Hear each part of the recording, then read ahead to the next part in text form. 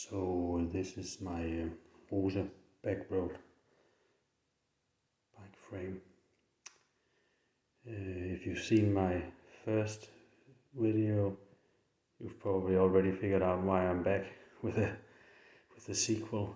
The first video was made in March 21, when this bike was less than 2 years old, and at that point I'd been riding it for 2 winter seasons, and my problem was that the press fit bearing here in the non-drive side had become loose, and I could sense some play in the left crank arm. And just the other day, sadly, I experienced the same problem. I disassembled the bike, and sure enough, as you can see here, I am now again able to remove the non-drive side cup just using my fingers.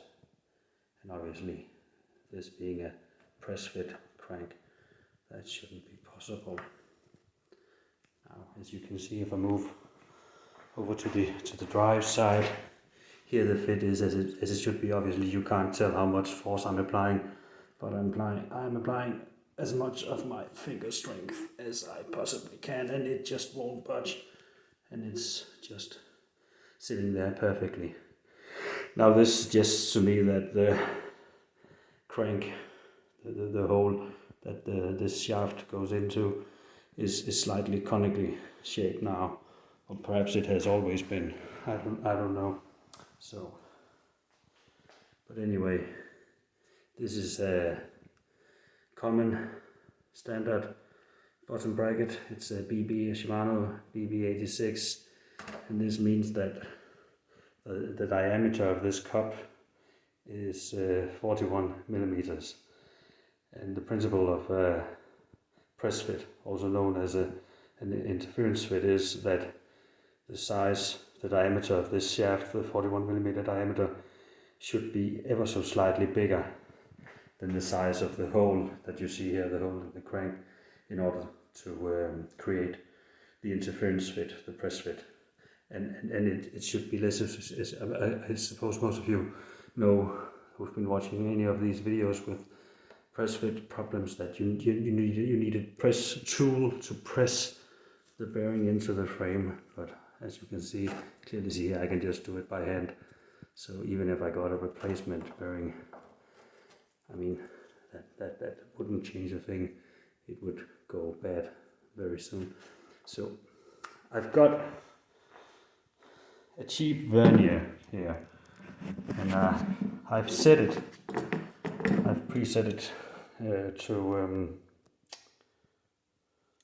41 millimeters, and then ideally it should be a bit difficult to fit it into the crank hole here, but as you can see, it goes in way too easily. Obviously this is a highly inaccurate way of measuring, but it should give you some idea, those of you watching, that this is just never going to go well.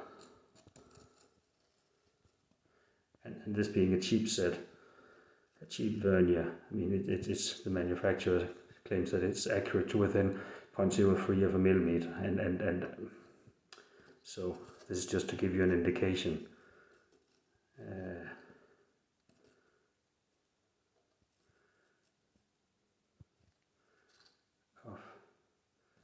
Of the problem.